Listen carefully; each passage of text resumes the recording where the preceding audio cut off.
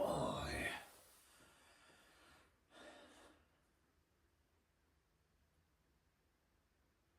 Oh, I'm so bored of staying in the house. I'm quite beside myself. I'm going out for a bit.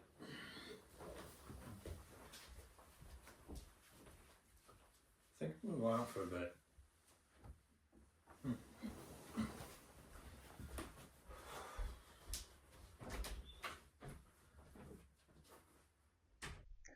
Hello there. So just a few weeks left before my trip to South Wales. Pretty much the first camping trip I'm going to do, even though it's an organised campsite. I've decided to come out for the day to Ribblehead Viaduct, which is just behind this hill over here. As you can see, we're surrounded by some stunning scenery today, some great lighting. More importantly, the cloud coverage is creating a nice dappled effect with the lighting on the hills, as you can see behind me there. And that's what I like. I like photographs of that sort of lighting on the hills. Now, I've come to Ribblehead Viaduct for two reasons. I'm hoping to get some good shots of the viaduct itself, which I have been here before, but it's always a great place to come back to. And secondly, I'm heading up to the waterfall that's here. After the rainfall we've had, I'm hoping it'll look a lot more impressive than it did last time I came. So let's get to a location where I can get a decent shot of the actual viaduct, and hopefully with some of these surrounding hills with the dappled lighting on it. Let's see what we can get.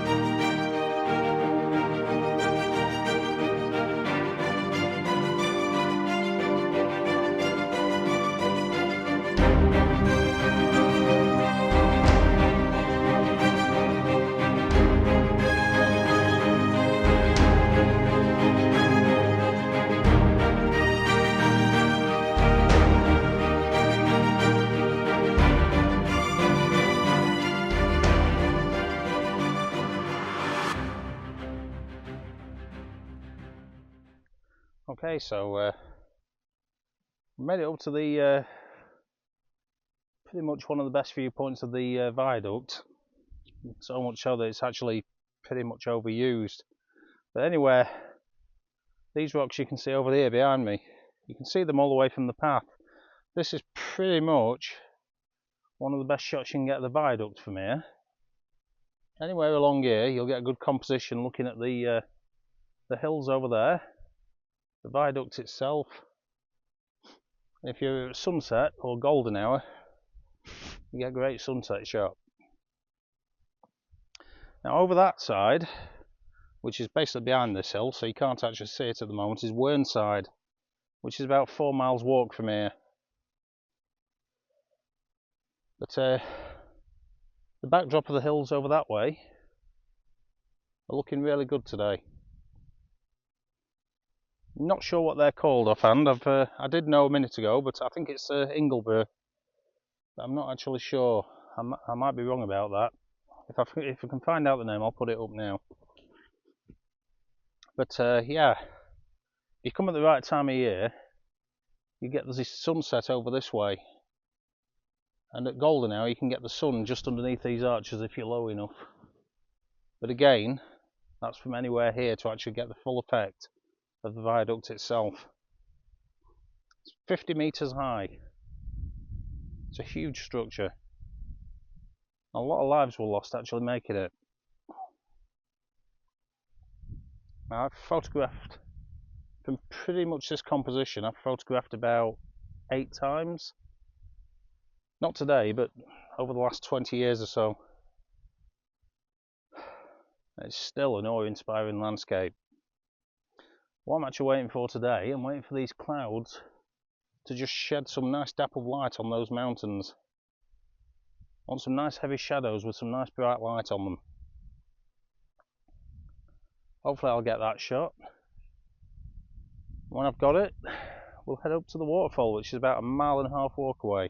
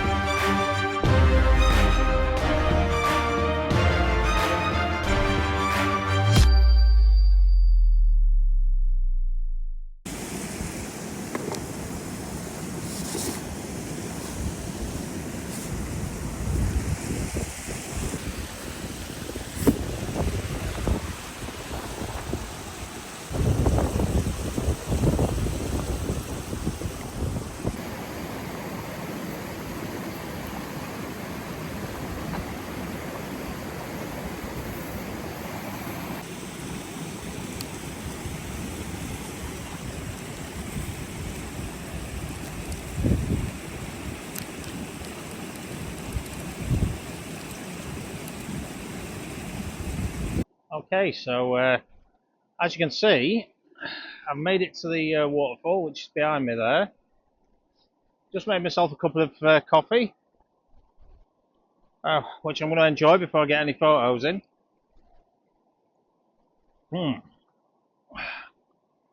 Now,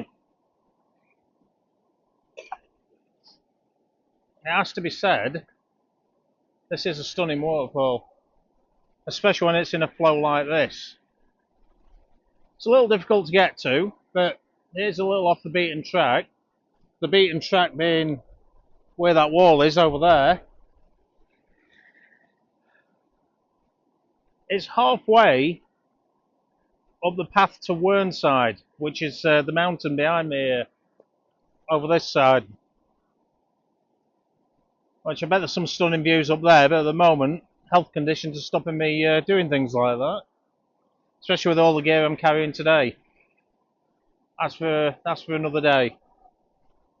But for today, I'm hoping to get the best of this waterfall. Now, I don't know if you can see on the video, but there's some nice reflections of the light on the actual waterfall wall.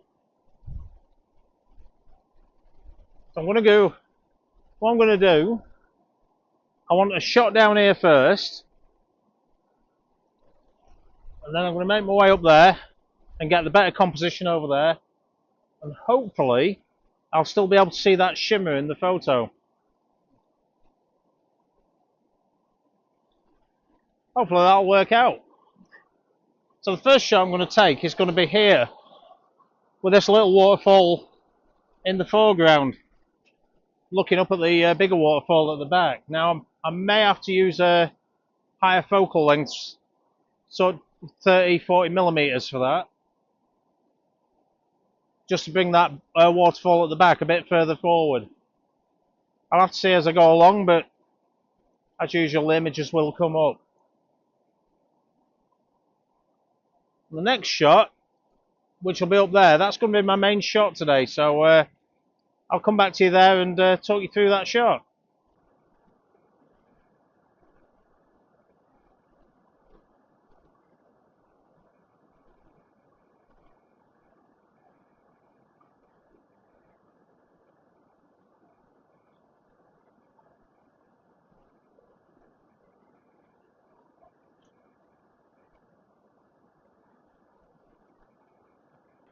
I've got the first shot in the bag. I'll just talk you through what I've taken there. Obviously I've got that main little waterfall just in the foreground, and I've got all the rocks with the moss and the little rapids leading up to the main waterfall at the back. I managed to shoot that at 20 millimeters. Now that's actually stretching up the waterfall at the back, making it look a bit taller and a bit bigger, but there is still that blue sky in the background there. There's not really much I can do about that today. I was hoping for a bit more cloud coverage there, pretty similar to what I've got going on behind me at the moment. I've got on my polarizer. I've actually got the K&F concept polarizer with the fader as well, so it's a up to 6 stop ND filter as well. So that actually gives me the extra ability to not only take the shot with the polarizer, but to fade it down if I need to as well. That helped me get the exposure I want it. I've actually focus stacked that shot to make it nice and sharp all the way through. Now I'm going to head up to the other waterfall, to the main waterfall, and try and get some images of it. Now for one of my main shots today, whoops, slipping on the rocks here. Actually, I've got this little tiny fall in front of me, making a nice foreground interest. I love that little stick that's a bit of driftwood that's come down. I like how that's sort of leading up to the main waterfall in the image. Obviously I've got the main waterfall at the back with all the reflections going on the side there, and the water tumbling down nicely, hitting the rocks as it goes. Now I'm actually setting a portrait orientation this time. Got the polarizer taking all the reflection off the water. I've also got it set to 4 stops of ND filtration, so there is still a lot of sunlight. Now I'm using 17mm on this one. That's to stretch out the foreground in front of me and stretch up the waterfall in the back. Now I did want to crop off the top of the waterfall because all we've got is the blue sky, but I kind of like that tree on this side over here. I didn't want to detract from that, so I've actually I've set the composition to include the sky. I'm going to have to decide later on in post whether I edit the sky to bring out the blue in it, or whether I make it a black and white image.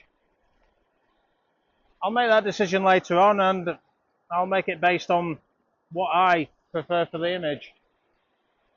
Editing is always subject to what you actually want.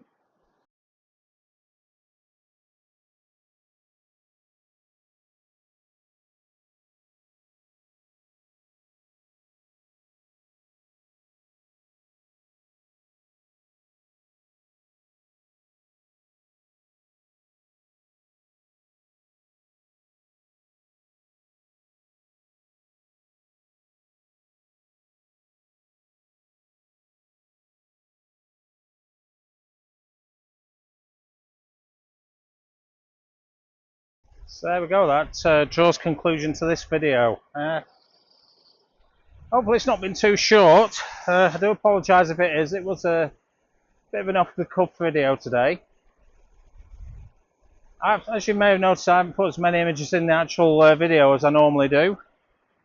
But there has been little signs come up to go and check my images on Instagram. That's kind of the way I want to go moving forward with my videos. I want to make it more about the location, less about the images. The images can be seen on Instagram. I can put a couple up in the videos, but I want to make it more about the video content on YouTube. So hopefully you've enjoyed that. Let me know what you think. Hope you've enjoyed this video. If you do come to Ribblehead Viaduct, this waterfall is quite a walk down. It's about 1.5 miles. And more importantly, the area can be quite boggy, so just take it easy, be careful. That's it for this video. Hopefully you'll join me in the next one. Bye for now.